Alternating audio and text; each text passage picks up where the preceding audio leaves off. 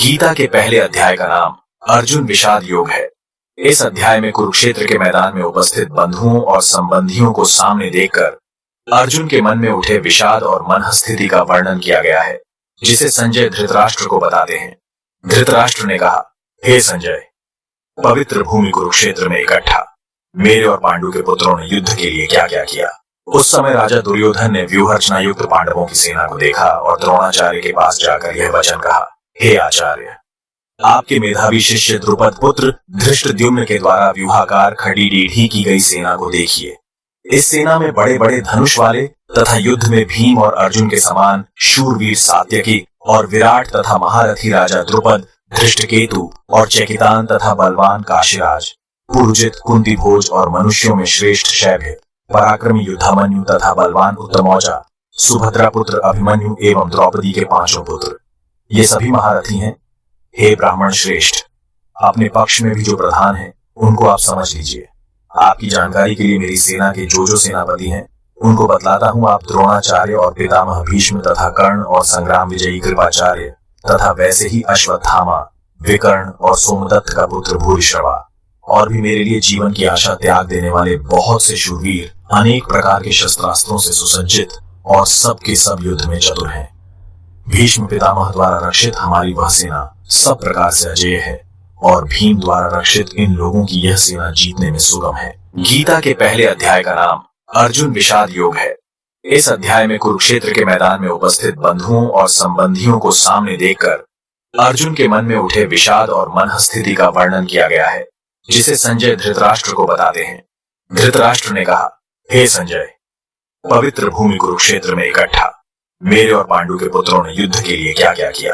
उस समय राजा दुर्योधन ने व्यूहरचना युक्त पांडवों की सेना को देखा और द्रोणाचार्य के पास जाकर यह वचन कहा, हे आचार्य, आपके मेधावी शिष्य द्रुपद पुत्र धृष्टद्युम्न के द्वारा व्यूहाकार खड़ी टेढ़ी की गई सेना को देखिए। इस सेना में बड़े बड़े धनुष वाले तथा युद्ध में भीम और अर्जुन के समान शूरवीर सात्यकी और विराट तथा महारथी राजा द्रुपद, धृष्टकेतु और चेकितान तथा अर्जुन ने भी अलौकिक दिव्य शंख बजाए। हे राजन, इसके बाद कपिध्वज हनुमान जी का चिन्ह जिनके रथ की ध्वजा पर है।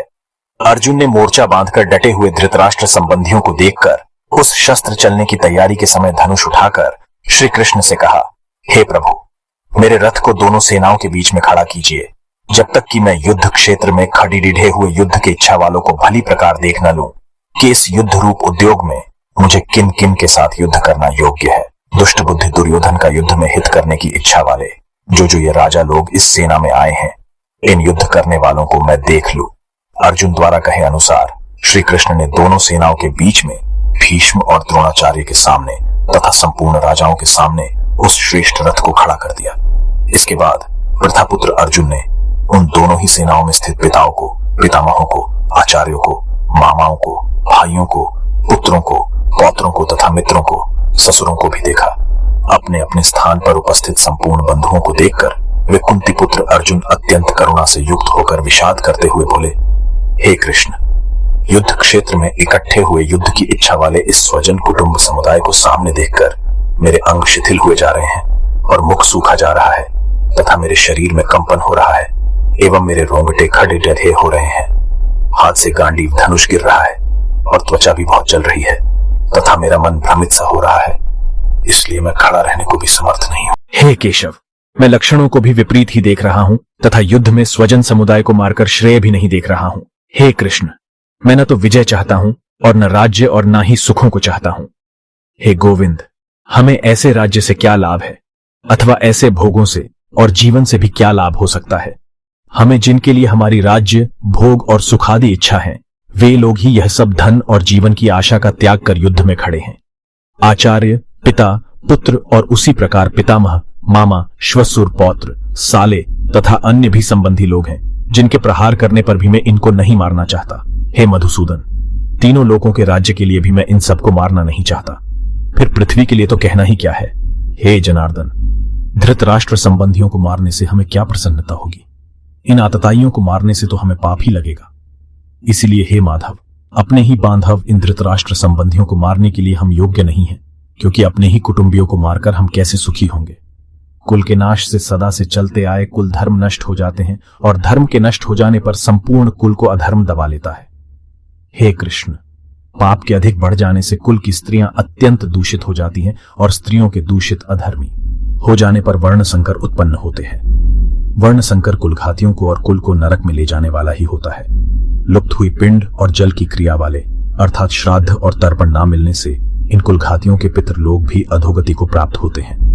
इन वर्ण संकर उत्पन्न करने वाले दोषों से कुलघातियों के सदा से चलते आए कुल धर्म और जाति धर्म नष्ट हो जाते हैं। हे जनार्दन, जिनके कुल धर्म नष्ट हो जाते हैं ऐसे मनुष्यों का बहुत काल तक नरकों में वास होता है। यह बड़े आश्चर्य की बात है कि हम लोग बुद्धिमान होकर भी बड़ा भरी पाप करने को तैयार हो गए हैं, जो राज्य और सुख के लोभ से स्वजनों को मारने के लिए तैयार हो गए हैं।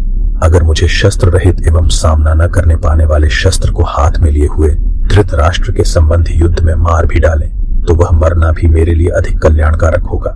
संजय बोले, रणभूमि में शोकाकुल मन वाले अर्जुन इस प्रकार कहकर बाण सहित धनुष का त्याग कर रथ के मध्य भाग में